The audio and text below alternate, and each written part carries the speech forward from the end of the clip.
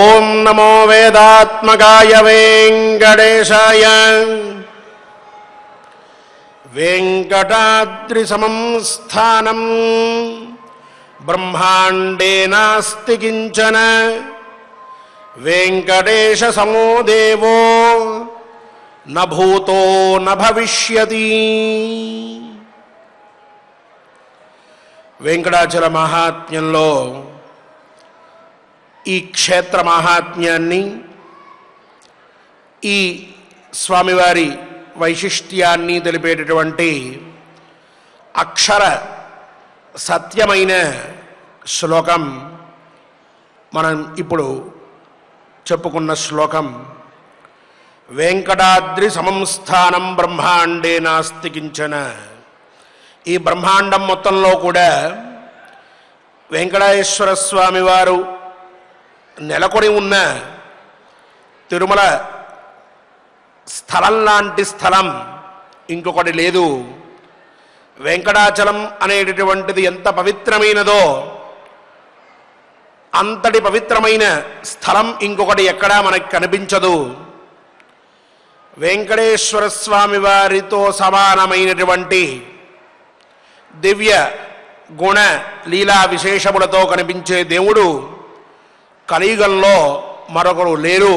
భక్తులను అనుగ్రహించేటటువంటి దివ్యమూర్తి అని చెప్తూ ఉన్నది ఈ శ్లోకం. అంతటి పరమ వైశిష్ట్యం కలిగిన ఈ తిరుమల క్షేత్రంలో మనందరం కూడా ధర్మ విషయములని, ధర్మ ప్రతిపాదన చేసేటటువంటి గ్రంథములని ప్రతినిత్యం పారాయణ చేసుకుంటూ ఉన్నాం, కథాశ్రవణం చేస్తూ ఉన్నాం, ఎన్నో అంశములను మనందరం కూడా తెలుసుకుంటూ ఉన్నాం. నాకు కొంతకాలంగా ఆరోగ్యం సహకరించకపోవడం వలన కాస్త విరామం తీసుకోవలసి వచ్చినది. స్వామివారి అనుగ్రహంతో ఇకపైన స్వామివారి యొక్క ఆశీస్సులతో నిర్విఘ్నంగా మన యొక్క పారాయణం జరగాలని కోరుకుంటూ మనందరం కూడా సత్సంకల్పం చేద్దాం, దేవదేవుని ఆశీస్సులను పొందుదాం. విఘ్నేశ్వర ధ్యానం. నమస్తే గణనాథాయ గణానాం పతయే నమః. భక్తి ప్రియాయ దేవేశ భక్తేభ్యః సుఖదాయక. శ్రీనివాస ధ్యానం. అనంత వేద సంవేద్యం నిర్దోషం గుణసాగరం. అతీంద్రియం నిత్యముక్తం శ్రీనివాసం భజే నిశం. శ్రీకృష్ణ ధ్యానం. వందే నవఘనశ్యామం పీతకౌశేయవాససం. సానందం సుందరం శుద్ధం శ్రీకృష్ణం ప్రకృతేః పరం. వ్యాసధ్యానం. వేదవ్యాసం స్వాత్మరూపం సత్యసంధం పరాయణం. శాంతం జితేంద్రియక్రోధం సశిష్యం ప్రణమామ్యహం. అథ సంకల్పః. శ్రీమదాదివరాహ క్షేత్రే విరాజమానస్య జగద్రక్షణార్థమవతీర్ణస్య శ్రీమదఖిలాండకోటి బ్రహ్మాండ నాయకస్య శ్రీ వెంకటేశ్వర స్వామినః పరిపూర్ణానుగ్రహేణ సర్వేషాం భక్తజనానాం ఆధివ్యాధి నివృత్తి ద్వారా ఆయురారోగ్యైశ్వర్యాభివృద్ధ్యర్థం సర్వారిష్ట నివృత్తి ద్వారా సకల శ్రేయోభివృద్ధ్యర్థం ధర్మార్థ కామ మోక్షాఖ్య చతుర్విధ పురుషార్థ సిద్ధ్యర్థం సమస్త పాపక్షయార్థం శ్రీ పరమేశ్వర ప్రీత్యర్థం శ్రీమన్మహాభారతే వనపర్వణి యథాశక్తి 31 శ్లోకపారాయణం ఆచార్యముఖేన కలిష్యామహే. శ్రీకృష్ణ పరబ్రహ్మణే నమః.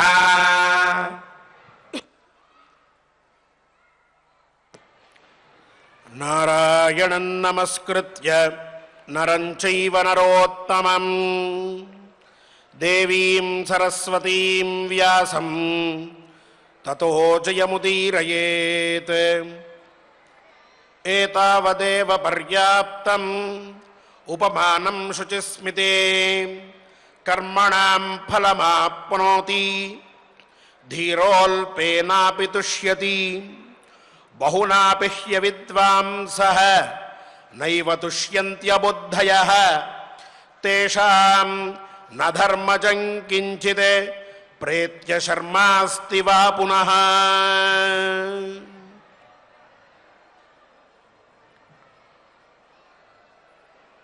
ఎంతో కాలం నుండి ద్రౌపదికి ధర్మరాజుకి మధ్యలో జరిగేటటువంటి సంభాషణని మనం శ్రద్ధగా వింటూ వస్తూ ఉన్నాం.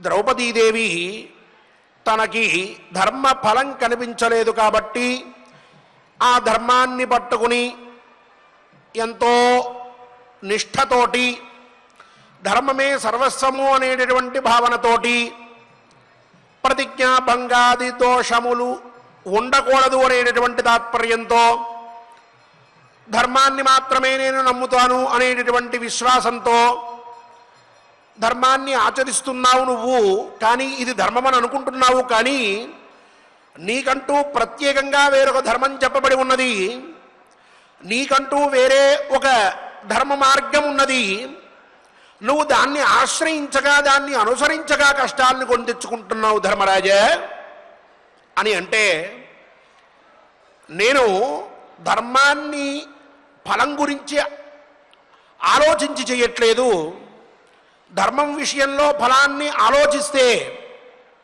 అటువంటి వాడికి సర్వథా అనిష్టమే కలుగుతుంది. అనిష్టం అంటే కష్టం, ఇబ్బంది ఇటువంటివి కలుగుతాయి తప్ప వాళ్ళకి ఉపయోగం ఉండదు అని చెప్పి ధర్మరాజు వివరంగా తన మనస్సులో ఉండేటటువంటి భావాలన్నింటినీ తెలుపుతూ చిట్ట చివరిగా ద్రౌపది నీ జన్మ ఎలా జరిగిందో నువ్వు ఒక్కసారి ఆలోచించుకో అని ఎంతోమంది మళ్ళీ మానవ జన్మ ఎత్తాలి అనంటే వాళ్ళు గర్భవాసం చేసి దుఃఖాలని అనుభవించి ఆ పైన మాత్రమే జన్మని ఎత్తగలరు. నీ దృష్టాంతం అది కాదు. అలాగే నీ సోదరుడు ధృష్టద్యుమ్నుడు పుట్టినటువంటిది కూడా అలాంటిది కాదు. మీ ఇద్దరూ కూడా సాక్షాత్తు అగ్నిగుండం నుంచి ఉద్భవించారు.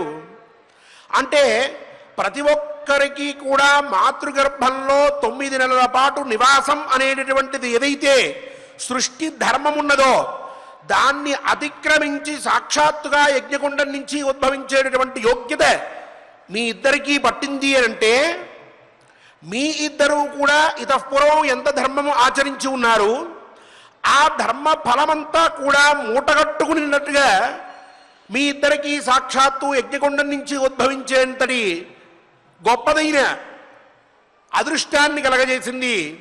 ఇక్కడ సరిపోవట్లేదా? ధర్మఫలం నీకు తెలియట్లేదా? ఇక్కడ నువ్వు చూసుకోలేవా ధర్మం ఎంత గొప్పదో? ఇక నీకు కొత్తగా ఇంకేమన్నా చెప్పాలా? నీ అనుభవమే సాక్ష్యం కదా ద్రౌపది అని ఏతావదేవ పర్యాప్తం ఉపమానం శుచిస్మితే. చక్కటి నవ్వు నవ్వేటటువంటి ఓ ద్రౌపది, ఏతావదేవ పర్యాప్తం ఉపమానం, ఇంతకంటే వేరొక ఉపమానం ఏదైనా నీకు చూపించాలా?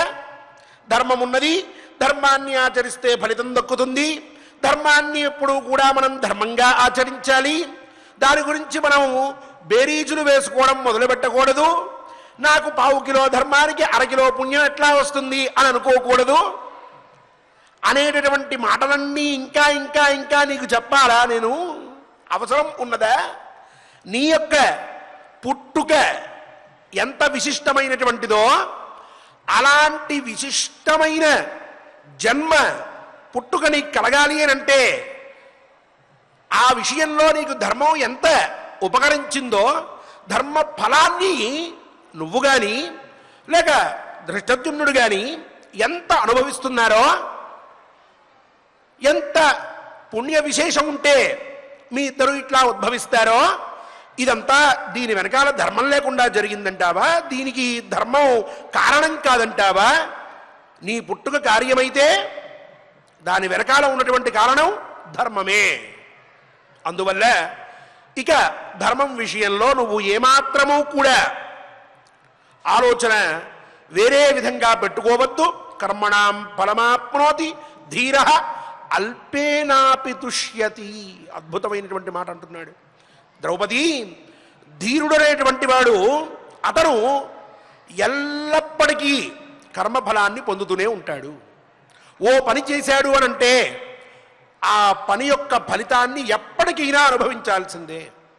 ఒక అనాథకి ఎవరూ కూడా దగ్గర లేక ఎంతో కష్టపడుతూ చాలా ఇబ్బందులు పడుతూ ఉన్నప్పుడు ఒక్క మాట సహాయం చేసి, నీకెందుకయ్యా నేనున్నాను నీ వెనకాల అని అతనికి ధైర్యాన్ని ఇచ్చినటువంటి వాడికి కూడా కాలాంతరంలో ఈ వ్యక్తి ఎంతైతే విశ్వాసాన్ని పొంది ధైర్యంగా జీవనాన్ని గడిపాడో ఆ మొత్తం కూడా మళ్ళీ పుణ్యంగా మారి అతనికి చెందుతుంది. ఇలా చాలా చిన్న విషయం దగ్గర నుంచి దానాలు, ధర్మాలు, యజ్ఞాలు, యాగాలు, అంత గొప్పవైనటువంటి ధర్మాలు చేసేంత వరకు కూడా మధ్యలో ఉండేటటువంటి ప్రతి ఒక్కరికి వాళ్ళు చేసినటువంటి పనికి తగినటువంటి ఫలితం కలుగుతూనే ఉంటుంది. ఆ విషయంలో ఏమాత్రము కూడా ఆలోచించవలసినటువంటి అవసరం లేదు. నిజంగా ధీరుడన్నటువంటి వాడు కొంచెం ఫలం కలిగినా సరే సంతోషపడతాడు. అంతే తప్ప నేను అంత చేశాను, నాకు ఈ మాత్రమే పుణ్యం కలిగింది అని ఎవరో ఆలోచించరు. ధీరుడైతే, ధర్మానికి కట్టుబడి ఉన్నటువంటి వాడైతే కించిత్ ఫలం లభించినా ఎంతో సంతోషంతో, ఎంతో ఆనందంతో అతను తన జీవనాన్ని గడుపుతాడు. ద్రౌపది బహునాపి అవిద్వాంస నైవ తుష్యంత్యబుద్ధయ. ఇక అవిద్వాంసులు ఎవరికైతే ఈ ధర్మం మీద అవగాహన లేక, ఎవరైతే ఇతిహాస, పురాణ, ఉపవేద, వేద శాస్త్రముల యొక్క జ్ఞానాన్ని పొందకుండా, వాటి గురించి తెలుసుకోకుండా ఉంటారో అటువంటి వారు వాళ్ళు కొంచెం ఫలం పొందిన అసంతృప్తిగానే ఉంటారు, మహాఫలం పొందిన అసంతృప్తిగానే ఉంటారు. ఎల్లప్పటికీ కూడా నాకు ఇంతే కలిగింది, ఇంతే వచ్చింది, ఇంతే ఉన్నది నా దగ్గర అని చెప్పి అసంతృప్తితోనే ఉంటారు తప్ప సంతోషపడరు. వాళ్ళు ఎప్పుడూ దుఃఖమే. ఎంత చిన్న పని చేసినా కావలసిన ఫలితం మటుకు చాలా గొప్పగా వచ్చేయాలి అని చెప్పి కోరుకుంటారు. అంతే తప్ప నాకు నా కర్మకి తగినటువంటి ఫలితం నాకు లభించింది, నేను ఏదో 10 రూపాయల పుణ్యాన్ని చేశాను, పుణ్యకర్మని ఆచరించాను, నాకు 10 రూపాయలు ప్రాప్తించింది అని అనుకోరు. 10 రూపాయల కష్టపడితే 100 రూపాయల ఫలితం కావాలి అని అనుకుంటారు. 100 రూపాయలు వస్తే 1000 రూపాయల ఫలితం కావాలి నాకు అనుకుంటారు. ఇట్లా వాళ్ళు అవిద్వాంస నైవ తుష్యంతి అబుద్ధయ. వాళ్ళు అబుద్ధయ అంటే బుద్ధిహీనులైనటువంటి వాళ్ళు. కర్మఫలం మీదే ఎల్లప్పుడూ కూడా దృష్టి పెట్టుకుని, ఇంకా నాకు ప్రయోజనం కావాలి, ఇంకా నేను గొప్పవాడిని అయిపోవాలి, నాకు ఇంకా ఐశ్వర్యం వచ్చేయాలి, నేను ధర్మం ఎక్కువ చేయను, ఏదో 2 పుష్పాలు దేవుడి దగ్గర వేస్తా, ఒక్కసారి గుడికెళ్ళి నమస్కారం చేస్తా, సంవత్సరానికి ఒక క్షేత్రానికి వెళ్తా, కానీ నాకు కోటాను కోట్ల ఐశ్వర్యం మటుకు ప్రాప్తి చేయాలి. ఒకవేళ లేకపోతే భగవంతుడు నాకేమీ చేయట్లేదు, నాకేమీ ఇవ్వట్లేదు అని అనుకుంటూ ఉంటారు. అది వాళ్ళ యొక్క స్వభావం, నైజం. దాన్ని మనం ఏమీ చేయలేం. అయితే అలా ఎవరైతే భావిస్తూ ఉంటారో వాళ్ళ యొక్క కర్మని అనుసరించి ఫలం వస్తూ ఉంటే అది సరిపోదు, ఇంకా కావాలి అని చెప్పి ఎవరైతే ఆశపడుతూ ఎప్పుడూ కూడా అసంతృప్తితోటి ఇంకా ఇంకా ఫలం కావాలి అని చెప్పి వచ్చినటువంటి ఫలాన్ని పూర్తిగా అనుభవించక రాని ఫలం గురించి ఆలోచించి బుద్ధిని చెడగొట్టుకుని మనశ్శాంతి లేక సుఖాన్ని అనుభవించలేక జీవితాన్ని గందరగోళంగా మార్చేసుకుంటారో అటువంటి వారికి తేషాం నా ధర్మజం కించిత్ ప్రేత్య శర్మాస్తివా పునః వారికి పరలోకంలో కొంచెం కూడా శర్మ అంటే సుఖం అని అర్థం, ఎటువంటి సుఖము కూడా వాళ్ళకి కలగదు. వాళ్ళు ఎల్లప్పటికీ కూడా కష్టాలను పడుతూనే ఉంటారు. ఈ జన్మలో ఇక్కడ వాళ్ళు ఆనందంగా గడపలేరు. ఎందుకనంటే కావలసినటువంటి కోరికలన్నీ తీరలేదనేటువంటి భావన. ఇలాంటి భావనతో ఇక్కడ కాలం గడిపి ఇక్కడ అసంతృప్తిని పొంది పైలోకానికి వెళ్ళిన తర్వాత అక్కడ కూడా ఈ అసంతృప్తితో జీవనాన్ని గడపడం వల్ల, పుణ్యాన్ని సరిగ్గా ఆచరించకపోవడం వల్ల అక్కడ ఆ దుఃఖాన్ని పొందుతూనే ఉంటారు తప్ప సుఖాన్ని మటుకు వాళ్ళు పొందలేరు. ద్రౌపది దృష్టాంతంగా చెప్తున్నాడు.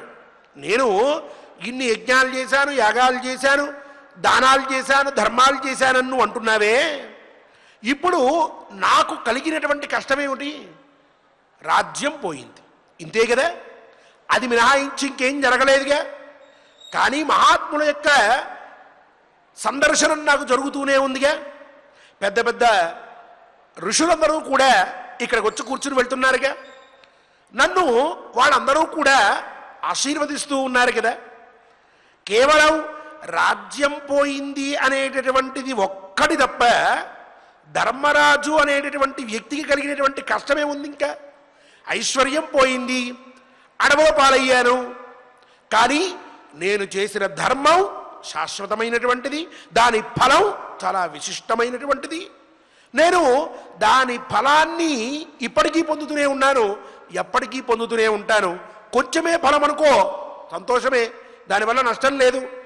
ఇంకా ఇంకా ఇంకా ఇంకా ఫలం కావాలని నేను కోరుకుని నేను చేసినటువంటి ధర్మం నాకేమీ చేయలేదు అని నేను అనుకుంటే ఇక ఈ మానవ జన్మ ఎందుకు? నేను ఏం సుఖం అనుభవిస్తాను? కావున ధర్మానికి ఫలితం ఉన్నది, అది కొంచెమైనా సరే ధీరుడు సంతోషపడతాడు ద్రౌపది అంటూ తన యొక్క స్వభావాన్ని అక్కడ ద్రౌపదీదేవికి స్పష్టంగా తెలియజేస్తూ ఉన్నాడు. నేను చేసిన ధర్మం నిత్య నూతనమైనటువంటిది, దాని ఫలాన్ని నేను ప్రస్తుతం కూడా పొందుతూనే ఉన్నాను. ఫల బుద్ధితో నేను ఆచరించలేదు, కానీ అది నాకు ప్రాప్తిస్తూ ఉన్నది. కొంచెమైనా సరే నేను సుఖంగానే ఉంటాను. నాకు ఎంతో కావాలి అన్నటువంటి ఆశ, అటువంటి బాధ రెండూ లేవు ద్రౌపది అని తన స్వభావాన్ని ఆవిష్కరించి, దేవరహస్యములు అని చెప్పి కొన్ని చెప్పబడతాయి, అవి ఏమిటో తెలుసుకో అంటూ ద్రౌపదీదేవికి దేవతలకి మాత్రమే తెలిసేటటువంటి విషయాలు ఏమిటో తెలియజేస్తూ ఉన్నాడు. కర్మణాం శ్రుతపుణ్యానాం పాపానాంచ ఫలోదయ ప్రభవశ్చాత్యేశ్చైవ దేవగుహ్యాని భామిని. ద్రౌపది, కర్మణాం శ్రుతపుణ్యానాం పాపానాంచ ఫలోదయ. మనం ఏవైతే వేదోక్తమైనటువంటి కర్మలు ఉన్నాయో ఆ కర్మలు ఏవైతే ఫలాల్ని ఇస్తాయో అటువంటి ఆ సత్కర్మల యొక్క ఫలాలు కానీ, అలాగే ఏవైతే పాపాలు ఉన్నాయో ఆ పాపాల ఆరంభం కానీ, ఎలా ఆ పాపం ఆరంభమవుతోంది, ఆ పాపం ఎంత మనకి కష్టాన్ని కలగజేస్తుంది అనేటటువంటి విషయాలు కానీ, అలాగే పుట్టడం అనేటటువంటిది కానీ, నశించడం అనేటటువంటిది కానీ, ప్రభవశ్చాత్యేశ్చైవ అంటే ఒక గొప్పదైనటువంటి శ్రేయస్సు కలగబోతోంది అనేది కానీ, లేక మనకి ఏదో పెద్ద ప్రమాదం రాబోతూ ఉన్నది అనేటటువంటిది కానీ, ఇటువంటివి ఈ 4 విషయాలు కూడా దేవరహస్యములు అని చెప్పబడుతూ ఉంటాయి. ఇవి సామాన్య మానవులకి తెలిసేటటువంటివి కాదు. అందరూ కూడా వీటి గురించి తెలుసుకోలేరు. ఇవి కూడా తెలిసాయనుకో ఇక మనిషి ఈ భూప్రపంచం మీద నిలబడ్డు. కావున ఇవి దేవతలకి మాత్రమే తెలిసేటటువంటి రహస్యాలు అని చెప్పి చెప్పబడుతూ ఉన్నాయి. ఈ సత్కర్మలు ఫలాల్ని ఎలా ఇస్తాయి, అవి ఎప్పుడు మనకు కలుగుతాయి, ఆ ఫలాలు మనం ఎప్పుడు ఈ సత్కర్మల యొక్క ఫలితాలని పరిపూర్ణంగా పొందగలము, పాపాలు ఎప్పుడు మనల్ని ఇబ్బంది పెడతాయి, అవి ఎప్పుడు మొదలవుతాయి, ఇలాంటి విషయాలు అవి అందరూ తెలుసుకునేటువంటివి కాదు అని స్పష్టంగా చెప్తూ, అంటే నేను ఇప్పుడు ధర్మం ఆచరించాను కానీ ధర్మ ఫలాన్ని నేను పొందట్లేదు అని అంటున్నావు నువ్వు. అది నీకు నాకు తెలిసే విషయం కాదు, దేవతలకి మాత్రమే తెలిసేటటువంటిది.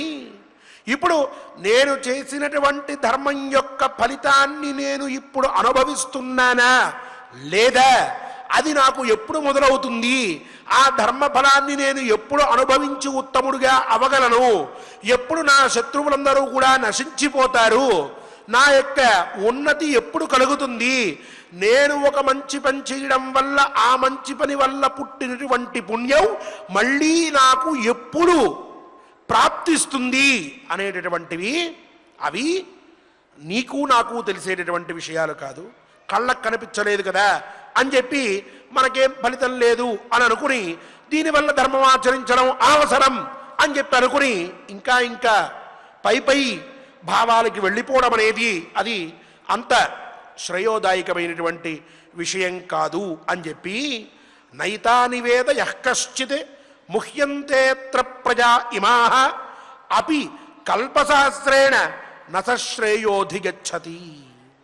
ద్రౌపది, మానవులు ఈ దేవరహస్యాలు అని చెప్పి ఇప్పుడు ఏవైతే చెప్పుకున్నామో వాటిని తెలుసుకోలేక మోహితులైపోతూ ఉంటారు. వాళ్ళకి భ్రాంతి కలుగుతుంది. ఆ భ్రాంతి ఎలా కలుగుతుంది అని అంటే, ఒక నలుగురికి అన్నదానం చేస్తే మంచిది అని ఓ మహాత్ముడు చెప్పాడు. మనం విన్నాం, నలుగురికి అన్నదానం చేశాం, ఈ మంచిది కనిపించట్లేదే, ఈ మంచి నన్ను వచ్చి పొందట్లేదే, నా అనుభవంలో ఈ మంచి నాకు కనిపించకుండా పోతోందే అని చెప్పి అనుకుని ఈ నలుగురికి అన్నదానం చేయడం అనేటటువంటిది వృథ. మనం పెట్టకపోయినా ఎవడో ఒకడు వాడికి పెడతాడు, వాడు బ్రతుకుతాడు. మనమే వెళ్ళి పెట్టాలని లేదు, ఎవరో చెప్పారు ఆ చెయ్యమని చెప్పి అనవసరంగా మనం ఆ పని చేశాం. ఇగో నలుగురికి కాదు ఇప్పటికి 40 మందికి పెట్టాం, అయినా సరే ఆ పుణ్యం నాకు కలగలేదు, నాకు కనిపించట్లేదు, నేను అనుకున్నటువంటి పని నెరవేరలేదు. దేవుడి దగ్గరికి వెళ్ళి నమస్కారం చేసుకుంటే మంచి అవుతుంది అని ఒక ఆయన చెప్పాడు, అందుకని చెప్పి బయలుదేరి వెళ్ళి నమస్కారం చేశా, కానీ నాకేమీ ఫలితం కనిపించలేదు, కాబట్టి ఇవన్నీ చేయడం వృథా అని ఇలా ఈ విధంగా ధర్మాన్ని ఆచరించి ధర్మం వల్ల ఫలితం నా కంటికి కనిపించలేదు అని చెప్పి అనుకుని మనుష్యులు భ్రమకి లోనవుతూ ఉంటారు ద్రౌపది అంటున్నాడు ధర్మరాజు. ఇది ఈ పుణ్యం ఈ నలుగురికో 40 మందికో అన్నం పెట్టడం వల్ల కలిగేటటువంటి పుణ్యం ఏదైతే ఉన్నదో అది ఇతన్ని ఏదో విధంగా వచ్చి పొందుతూనే ఉంటుంది, పొందకుండా ఉండదు. అది ఇతను తెలుసుకోలేడు. నాకు తెలుసుకోలేనటువంటి తక్కువ స్థితి ఉన్నది, నేను మానవమాత్రుణ్ణి అని అనుకోక నాకు తెలియాలి అనేటటువంటి భావనతోటి అది నాకు కనిపించలేదు కాబట్టి ధర్మం లేదు అని చెప్పి ఇలా ధర్మాన్ని గురించి ఎంతోమంది వేరేగా ఆలోచించి తప్పుగా అర్థం చేసుకుని ధర్మాన్ని విడిచిపెట్టేస్తూ ఉంటారు, లేక ధర్మ విషయంలో భ్రాంతికి లోనవుతూ ఉంటారు. అపి కల్పసహస్రేణ న సహ శ్రేయ అధిగచ్చతి. కొన్ని వేల లక్షల సంవత్సరములు గడిచినప్పటికీ కూడా ఇలా ఆలోచించేటటువంటి వాడు, నేను చేసినటువంటి పుణ్యం నా కంటికి కనిపించాలి, ఆ ఫలాన్ని నేను ఇప్పుడు అనుభవించాలి, అనుభవిస్తేనే ధర్మం ఉన్నట్టు అని ఎవరైతే ఇట్లా ఆలోచిస్తూ ఉంటారో వాళ్ళు ఇగో ఇన్ని లక్షల సంవత్సరాలు గడిచినా సుఖాన్ని మాత్రం పొందలేరు, శ్రేయస్సుని వాళ్ళు ఎప్పటికీ కూడా పొందలేరు, శాశ్వత సుఖానికి వాళ్ళు ఎప్పటికీ కూడా దూరంగానే ఉంటారు ద్రౌపది అని చెప్పి రక్షాన్యేతాని దేవానాం గూఢమాయా హి దేవతాః కృతాశాశ్చ వ్రతాశాశ్చ తపసా దగ్ధకిల్బిషాః ప్రసాదైర్మానసైర్యుక్తాః పశ్యంత్యేతాని వై ద్విజాః. ద్రౌపది, కావున ఈ పుణ్య పాపముల యొక్క ఫలాలు మనల్ని పొందడం, అవి పుట్టడం, అవి నశించిపోవడం అనేటటువంటి ఈ 4 ఏవైతే ప్రధానమైనటువంటి దేవ రహస్యములు ఉన్నాయో అవి దేవతల చేత రక్షింపబడేటటువంటివి. రక్షాన్యేతాని దేవానాం గూఢమాయా హి దేవతాః. దేవతలు వాళ్ళు చాలా విశిష్టమైనటువంటి వారు. దేవతల యొక్క మాయ ఎవరికి కూడా తెలిసేటటువంటిది కాదు. అయితే ఇక్కడ ఇంకొక విశేషం ఉన్నది ద్రౌపది. ఎవరైతే ఆశని విడిచిపెట్టి నాకు ఇంత కావాలి, అంత కావాలి, నేనంత అవ్వాలి అనేటటువంటి ఆతృత, ఆశ ఏదైతే ఉన్నదో దాన్ని విడిచిపెట్టి ఆ పైన కృతాశాశ్చ వ్రతాశాశ్చ తపసా దగ్ధకిల్బిషాః. వ్రతాశాః నియమమైనటువంటి ఆహారాన్ని స్వీకరిస్తూ సాత్వికమైనటువంటి ఆహారంతో సత్వ గుణాన్ని పెంచుకుని దానివల్ల వచ్చేటటువంటి నిష్కల్మషమైనటువంటి ఆలోచనని వాళ్ళు వృద్ధి చేసుకుంటూ ఇక తపసా దగ్ధకిల్బిషాః 3వ లక్షణం చెప్తున్నారు. తపస్సు చేత వాళ్ళ యొక్క పాపాలన్నిటిని కూడా పోగొట్టుకున్నటువంటి వారై ప్రసాదైర్ మానసైర్యుక్తాః ప్రసన్నమైనటువంటి మనస్సు కలిగినటువంటి వారై ఎవరైతే ఈ లోకంలో సంచరిస్తూ ఉంటారో మహాత్ములు, మహానుభావులు, అటువంటి వారు ఈ 4 రహస్యాల గురించి తెలుసుకోగలుగుతూ ఉంటారు.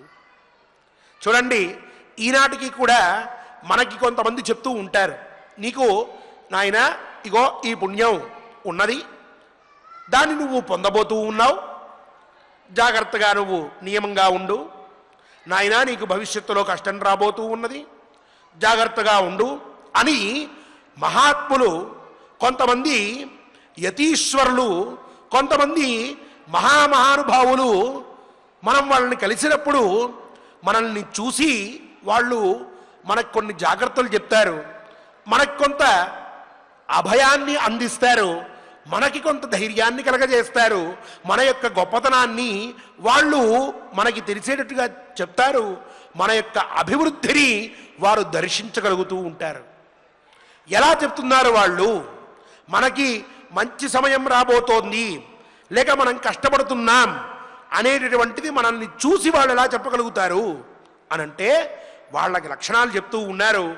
ఆశ విడిచిపెట్టి నియమమైనటువంటి ఆహారాన్ని స్వీకరిస్తూ సాత్వికంగా ఉండి చక్కగా వాళ్ళు అనుష్ఠానం చేస్తూ తపస్సు చేస్తూ వాళ్ళ పాపాలని వాళ్ళు పోగొట్టుకుంటూ ఉన్నటువంటి వారై ప్రసన్నమైనటువంటి మనస్సుతోటి ఎటువంటి కల్మషం లేకుండా అందరి యొక్క శ్రేయస్సును కోరుకునేటటువంటి మహానుభావులు ఎవరైతే ఈ లోకంలో ఉన్నారో అటువంటి వారు మాత్రం మనం ఇందాక చెప్పుకున్నటువంటి 4 రహస్యాల్ని తెలుసుకోగలుగుతారట.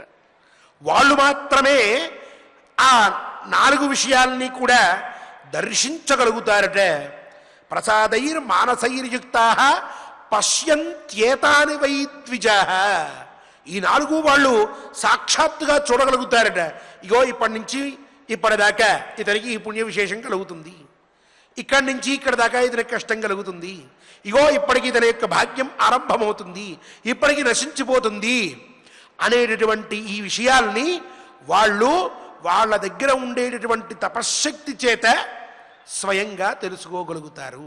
తెలుసుకుంటే దేవతలకి తెలుస్తుంది. రెండవది ఈ 4 లక్షణాలు కలిగినటువంటి మహాత్ములకు తెలుస్తుంది ద్రౌపది. ఇక తప్ప ఎవరికి కూడా ఈ విషయాలు స్పష్టంగా తెలియబడవు అని చెప్పి ఆ పైన ధర్మ ఫలం తొందరగా కనిపించకపోతే సామాన్య మానవుడు ఎలా ఉంటాడు, అతని ప్రవర్తన ఏ విధంగా ఉండాలి, అతను ఎటువంటి భావన పెట్టుకుని ఉండాలి అనేటటువంటి విషయాల గురించి ఒక 5 శ్లోకములలో ద్రౌపదీదేవికి ధర్మరాజు చెప్తూ ఈ అధ్యాయాన్ని పూర్తి చేస్తూ ఉన్నాడు. ఆయన మాట్లాడినటువంటి మాటల్లో ఉన్న ప్రబలమైనటువంటి భావన ఏదైతే ఉన్నదో దాని గురించి, అలాగే ద్రౌపదీదేవికి హెచ్చరిక చేస్తూ ఉన్నాడు. నువ్వు ఈ భావనతో ఉన్నావు, ఇది తప్పు అని చెప్పి ఆవిడ విషయంలో ఒకంత ధర్మరాజు కొంత తన అభిప్రాయాన్ని మార్చుకుని గట్టిగా నువ్వు ఇలా ఆలోచించకూడదు అంటూ కొంచెం ద్రౌపదీదేవి మాటల్ని అడ్డుకుంటూ ఉగ్రంగా మాట్లాడాడు ధర్మరాజు అని అనిపించేట్టుగా వ్యవహరిస్తూ ఉన్నాడు. అవి ఏమిటో రేపటి కథాశ్రవణంలో మనందరం కూడా శ్రద్ధగా విందాం. ఈనాటి శ్లోకములని ఆచార్యముఖంగా పారాయణ చేసి ధర్మంలో ఉండేటటువంటి గొప్పతనాన్ని తెలుపుతూ దేవ రహస్యాల గురించి తెలిపినటువంటి శ్లోకరత్నములని పారాయణ చేసి మనందరం కూడా ధర్మానికి పునరంకితులమవుదాం. ఓం నమో వెంకటేశాయ. ఓం నమో వెంకటేశాయ. చక్కగా ఆచార్యుల వారి ద్వారా మనం అనేక ధర్మ విషయాలని మనం తెలుసుకుంటూ ఉన్నాం. అందులో భాగంగా ఈరోజు 31వ అధ్యాయంలో 33వ శ్లోకం నుండి మనం పారాయణం చేసుకుందాం. స్వామివారి యొక్క అనుగ్రహాన్ని పొందుదాం. ఏతావదేవ పర్యాప్తం ఏతావదేవ పర్యాప్తం ఉపమానం శుచిస్మితే ఉపమానం శుచిస్మితే కర్మణాం ఫలమాప్నోతి కర్మణాం ఫలమాప్నోతి ధీరోల్పేనాపి తుష్యతి ధీరోల్పేనాపి తుష్యతి బహునాపి హ్యవిద్వాంసః బహునాపి హ్యవిద్వాంసః నైవ తుష్యంత్యబుద్ధయః నైవ తుష్యంత్యబుద్ధయః కేశాన్న ధర్మజం కించిత్ తేషాన్న ధర్మజం కించిత్ ప్రేత్య శర్మాస్తి వా పునః ప్రేత్య శర్మాస్తి వా పునః కర్మణాం శ్రుత పుణ్యానాం కర్మణాం శ్రుత పుణ్యానాం పాపానాం చ ఫలోదయః పాపానాం చ ఫలోదయః ప్రభవశ్చాత్యయశ్చైవ ప్రభవశ్చాత్యయశ్చైవ దేవగుహ్యాని భావిని దేవగుహ్యాని భావిని నైతాని వేదయః కశ్చిత్ నైతాని వేదయః కశ్చిత్ ముహ్యంతేత్ర ప్రజా ఇమాః ముహ్యంతేత్ర ప్రజా ఇమాః అపి కల్పసహస్రేణ అపి కల్పసహస్రేణ సశ్రేయోధిగచ్చతి శ్రేయోధిగచ్చతి రక్ష్యాన్యేతాని దేవానాం రక్షాన్యేతాని దేవానాం గూఢమాయాహి దేవతాః గూఢమాయాహి దేవతాః వ్రతాశాశ్చ వ్రతాశాశ్చ వృతాశాశ్చ వృతాశాశ్చ తపసాదగ్ధకిల్బిషాః తపసాదగ్ధకిల్బిషాః ప్రసాదైర్మానసైర్యుక్తాః ప్రసాదైర్మానసైర్యుక్తాః పశ్యంత్యేతాని why ద్విజాః పశ్యంత్యేతాని why ద్విజాః. Om Namo Venkatesaya. Shri doctor Ravichandra గారు మరియు ఇతర అన్నమాచార్య ప్రాజెక్ట్ కళాకారులందరూ కూడా గోవిందనామ సంకీర్తనాన్ని మనందరితో కూడా చేయించడానికి సంసిద్ధులై ఉన్నారు. చక్కగా వారితో కలిసి గోవింద గోవింద అంటూ స్వామివారి దివ్యనామ సంకీర్తనం చేద్దాం. కలియుగ ప్రత్యక్ష దేవుని యొక్క పరిపూర్ణ అనుగ్రహాన్ని పొందుదాం.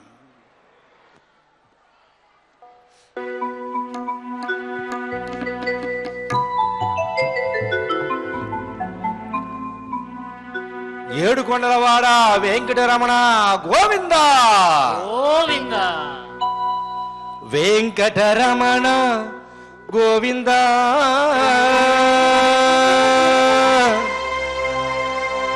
సంకటహరణ గోవింద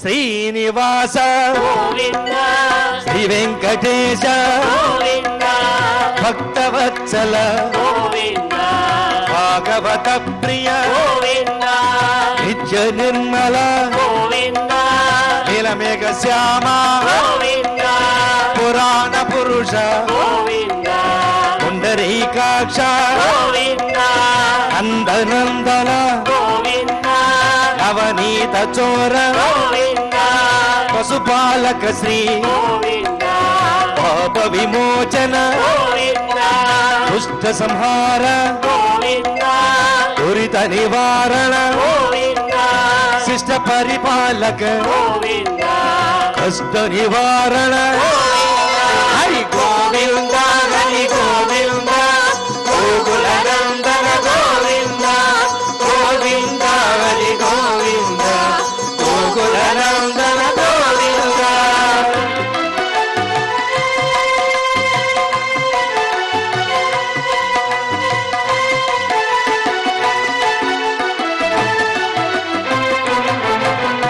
వజ్ర మకుటధర గోవింద వరహమూర్తి గోవింద గోపీ జనలోల గోవింద గోవర్ధనోధార గోవింద దశరథనందన గోవింద దశముఖమర్దన గోవింద పక్షి వాహన గోవింద పాండవ ప్రియ గోవింద మత్స్య కూర్మ గోవింద మధుసూదన హరి గోవింద వరాహ నరసింహ గోవింద వామన భృగురామ గోవింద బలరామానుజ గోవింద బౌద్ధ కల్కిధర గోవింద వేణుగాన ప్రియ గోవింద వెంకటరమణ గోవింద హరి గోవింద హరి గోవింద గోకుల నందన గోవింద గోవింద హరి గోవింద గోకుల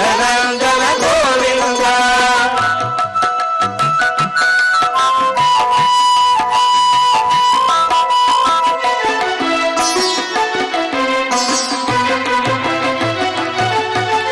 సీతానాయక గోవింద హిత పరిపాలక గోవింద దరిద్ర జన పోషక గోవింద ధర్మ సంతాపక గోవింద అనాథ రక్షక గోవింద ఆపద్ బాంధవ గోవింద శరణాగత వత్సల గోవింద కరుణాసాగర గోవింద అమల దళాక్ష గోవింద కామిత ఫలద గోవింద పాప వినాశక గోవింద పాహి మురారే గోవింద శ్రీముద్రాంకిత గోవింద శ్రీవత్సాంకిత గోవింద దినకర నాయక గోవింద దినకర తేజ గోవింద హరి గోవింద హరి గోవింద గోకుల నందన గోవింద గోవింద హరి గోవింద గోకుల నందన గోవింద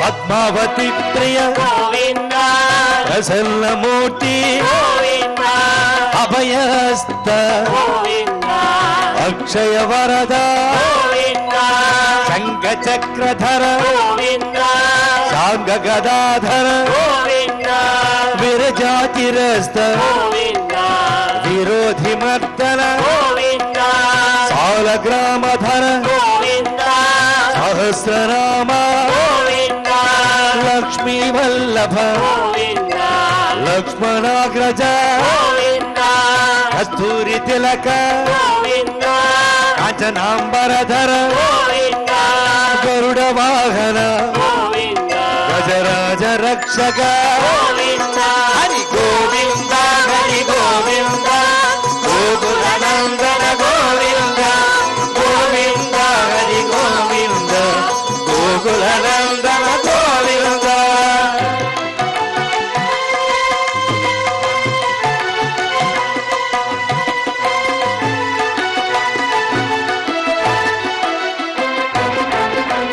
వానర సేవిత గోవింద వారధి బంధన గోవింద సప్తగిరీశ గోవింద ఏకస్వరూప గోవింద శ్రీరామకృష్ణ గోవింద రఘుకుల నందన గోవింద ప్రత్యక్ష దేవ గోవింద పరమదయాకర గోవింద వజ్ర కవచధర గోవింద వైజయంతిమాల గోవింద వడ్డికాసులవాడ గోవింద వసుదేవ తనయ గోవింద బిల్వ పత్రాచిత గోవింద భిక్షుక సంస్థుత గోవింద స్త్రీ పుంరూప గోవింద శివకేశవమూర్తి గోవింద హరి గోవింద హరి గోవింద గోకుల నందన గోవింద గోవింద హరి గోవింద గోకుల నందన గోవింద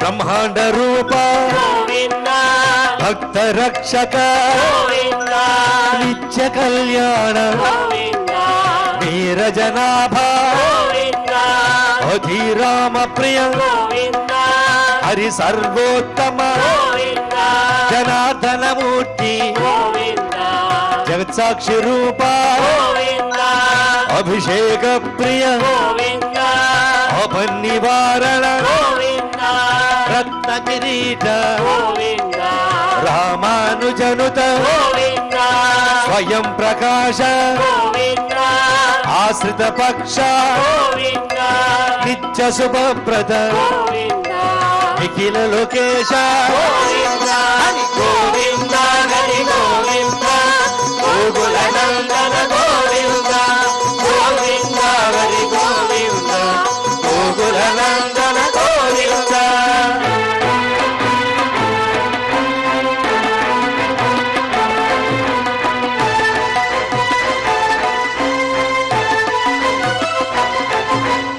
ఆనంద రూప గోవింద అజంతరహిత గోవింద ఇహ పరదాయక గోవింద యుధరాజ రక్షక గోవింద పరమదయాళు గోవింద పద్మనాభ హరి గోవింద తిరుమల వాస గోవింద తులసీ వనమాల గోవింద శేషశాయినే గోవింద శేషాద్రి నిలయ గోవింద మధ్యావతార గోవింద ఏడు కొండలవాడ గోవింద హరి గోవింద హరి గోవింద గోకుల నందన గోవింద గోవింద హరి గోవింద గోకుల నందన గోవింద గోవింద హరి గోవింద గోకుల నందన గోవింద గోవింద హరి గోవింద గోకుల నందన గోవింద గోవింద